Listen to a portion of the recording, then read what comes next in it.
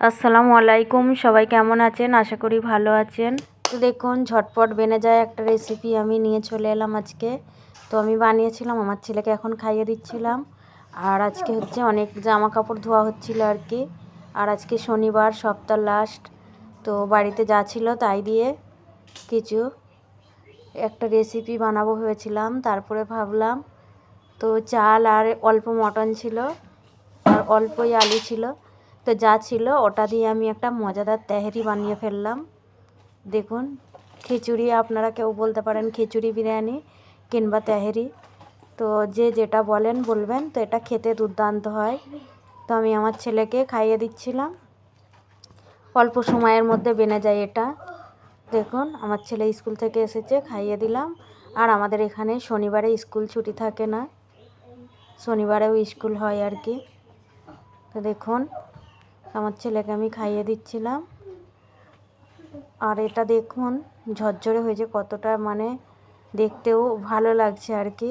খুবই সহজে বেনে যায় অল্প উপকরণ দিয়ে। দেখুন, তো আর হচ্ছে আমি একটু ঝাল করেছিলাম, কারণ ওদের সব জ্বর সর্দি হয়েছিল এই কারণে। তো ঝাল করে মানে দিলে একটু মুখেও ভালো লাগবে আর কি। দেখুন, তো আমি খাইয়ে দিচ্ছিলাম। আপনারা পুরো ভিডিওটা দেখতে থাকবেন, তাহলে আপনারা দেখতে পাবেন আমি কিভাবে বানিয়েছিলাম। রেসিপিটা খুবই সহজ, ঘরোয়া উপকরণ দিয়ে আমি বানিয়েছিলাম। তো আমার ছেলে আপনাদেরকে আল্লাহ হাফেজ করে দিচ্ছে, টাটা বাই বাই। তো দেখুন, প্রথমে আমি ফ্রিজে অল্প মটন ছিল নিয়ে নিলাম, কুকারের মধ্যে লঙ্কার গুঁড়ো দিয়ে দিলাম। তো প্রথমেই বলেছি আমি ঝাল করে বানাবো এটা। তো দেখুন, ধনিয়া গুঁড়ো দিলাম, জিরা গুঁড়ো, তো আমার পরিমাণ মতো আমি দিলাম ধনিয়া, জিরা আর হচ্ছে লঙ্কার 3টে গুঁড়ো দিয়ে দিলাম আমি। আদা রসুনের পেস্ট দিয়ে দিলাম,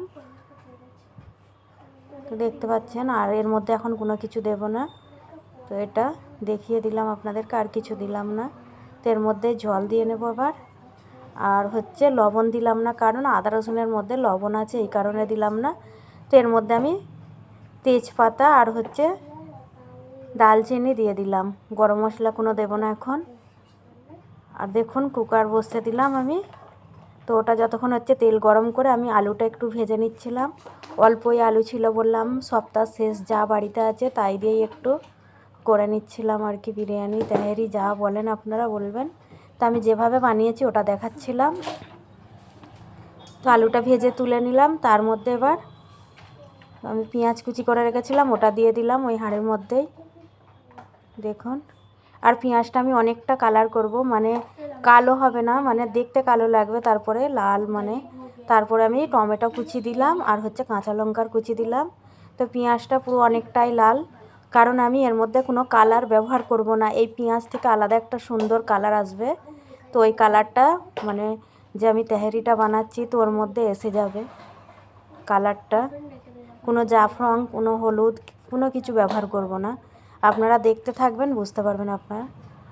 তো চালের জন্য আবার একটু আমি লবণ দিয়ে দিলাম, কারণ মটনে আদা রসুন দিয়েছিলাম, তো ওতে মটনটা ঠিক হয়ে যাবে। আর চালটা যে দেবো ওর মধ্যে, এই কারণে লবণটা দিলাম। আর মটনটা সিদ্ধ হয়ে গেছে দেখুন। তো আমি তুলে এখন এর মধ্যে দিয়ে নেব। দেখুন, তো কাঁচা লঙ্কা আর হচ্ছে টমেটো কুচি দিয়ে নাড়াচাড়া করে নিয়ে আর এই মটন তুলে দিয়ে দিলাম, দিয়ে নাড়াচাড়া করে নিচ্ছিলাম।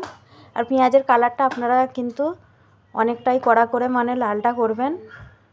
দেখে মনে হচ্ছে কালো, কিন্তু কালো না, এটা একটু খয়েরি টাইপের মানে কালার হয়ে গেছে আর কি। আর এই কালারটা দুর্দান্ত লাগবে একদম, আপনারা দেখতে থাকবেন। দেখুন, কালো হলে আমার এই রেসিপিটা কালো লাগতো আর কি। তারপর আমি জলটা দিয়ে দিলাম, দিয়ে আলু দিয়ে দিলাম, দিয়ে একটু নাড়াচাড়া করে নিলাম। মটনের জলটা দিলাম। তারপর আমি চালটা ধুয়ে রেখেছিলাম, তো বাড়িতে যে চালটা আমি রোজের মানে রান্না করি ওটাই করলাম। তো আপনারা চাইলে বিরিয়ানির চালও করতে পারেন। তো আমি সপ্তাহ শেষ যা ছিল তাই দিয়েই বানিয়েছি, আপনাদেরকে আগেই বলেছি আমি। আর এটা খেতে কিন্তু দুর্দান্ত হয়েছিল। আমরা খাওয়ার পরেই বিরিয়ানির মানে যাই আমরা ভিডিও ছাড়ি, খাওয়ার পরেই ছাড়ি। আর দেখুন, এইভাবে ভালো করে নাড়াচাড়া করে নিতে হবে। তারপরে আমি এখানে জল গরম করে নিয়েছিলাম, দিয়ে দিলাম। আর জল আপনারা চাইলে গরমও করতে পারেন, ঠান্ডাও দিতে পারেন। তো তারপরে হচ্ছে আমি গরম মশলার গুঁড়ো দিয়ে দিলাম, দিয়ে একটু নাড়াচাড়া করে দিলাম গরম মশলার গুঁড়ো। দেখুন, তো এটা ঢেকে দিলাম। তারপরে দেখুন একটু আবার নাড়াচাড়া করে দিলাম। তো যখন জলটা এভাবে শুকিয়ে আসবে তখন গ্যাসটা কম করে দিতে হবে। তারপরে দেখুন হয়ে গেছে রেডি, একদম কত সহজে হয়ে গেল দেখুন। আর এটা খেতে কিন্তু দুর্দান্ত হয়েছিল, আগেই বলেছি। আমি তুলে নিচ্ছিলাম, দেখুন একদম সহজ পদ্ধতিতে এটা বানাবেন, বাড়িতে খেতে এটা দুর্দান্ত লাগবে একদম খেতে। তো আমার ছেলে মেয়ে স্কুল থেকে এসে খুবই খুশি হয়ে গেছিলো দেখে, আম্মাজি কী করেছো, এটা বিরিয়ানি বানিয়েছে, যেটা বিরিয়ানি মানে ছোট ছেলে যেটা যা বলে। তো মজা করে খেয়েও নিয়েছে। তো আর হচ্ছে দই নিয়ে আসতে বলেছিলাম, তো আপনাদের ভাইজান তখন ভুলে গেছিলো, বাচ্চাদেরকে স্কুল থেকে নিয়ে ভুলে উঠে চলে এসেছিলো। তাই রায়তা বানানোর জন্য পেঁয়াজ কেটে রেখেছিলাম, ওই পেঁয়াজ দিয়েই খাইয়ে দিলাম। দেখুন ভাত কতটা ঝরঝরে হয়েছে। আর একটা জিনিস, আপনারা যদি জলটা মানে আপনারা গিলাস মেপে চাল যদি নেন তো গিলাসের 1 গিলাস চালে 1.5 গিলাস জল দেবেন। আর হচ্ছে বাটির মাপে যদি চাল নেন তাহলে বাটিতেও 1 বাটি চালে 1.5 বাটি জল দেবেন। জলটা আপনাদেরকে মেপে দিতে হবে, তারপরে ভাতটা এরকম ঝরঝরে হবে, না হলে কিন্তু ঝরঝরেটা হবে না। বেশি দিলেও ঝরঝরে হবে না, মানে ভাতটা অনেকটাই গেলা হয়ে যাবে আর কি, নরম হয়ে যাবে যাকে বলে। তো নরম হয়ে গেলে খিচুড়ি হয়ে যাবে আলাদা আর একটা। আর এটা যদি আপনি ঠিক মতো দেন তাহলে একদম খাওয়ার মতো ভাতটা পুরো হালুয়া টাইপের হয়ে থাকবে, একটাও হয়ে থাকবে, খেতেও দুর্দান্ত লাগবে। দেখুন আমার ছেলে মজা করে খেয়ে নিচ্ছিল, আমার ছেলেকে আমি খাইয়ে দিচ্ছিলাম। দেখুন আমার ছেলের খুবই খুশি। আর যেহেতু আজকে শনিবার, আমাদের বাড়িতে যা ছিল তাই দিয়ে বানালাম। আপনারা চাইলে এতে কোনো সবজিও দিতে পারেন। তো আমার বাড়িতে আজকে কোনো সবজিও ছিল না, যা ছিল তাই দিয়েই আমি বানিয়ে ফেললাম মজাদার রেসিপিটা। আর হচ্ছে আমাদের রবিবারে পুরো বাজার নিয়ে আসে। আজকের ভিডিও এখানেই শেষ করলাম। আল্লাহ হাফেজ, টাটা, বাই বাই।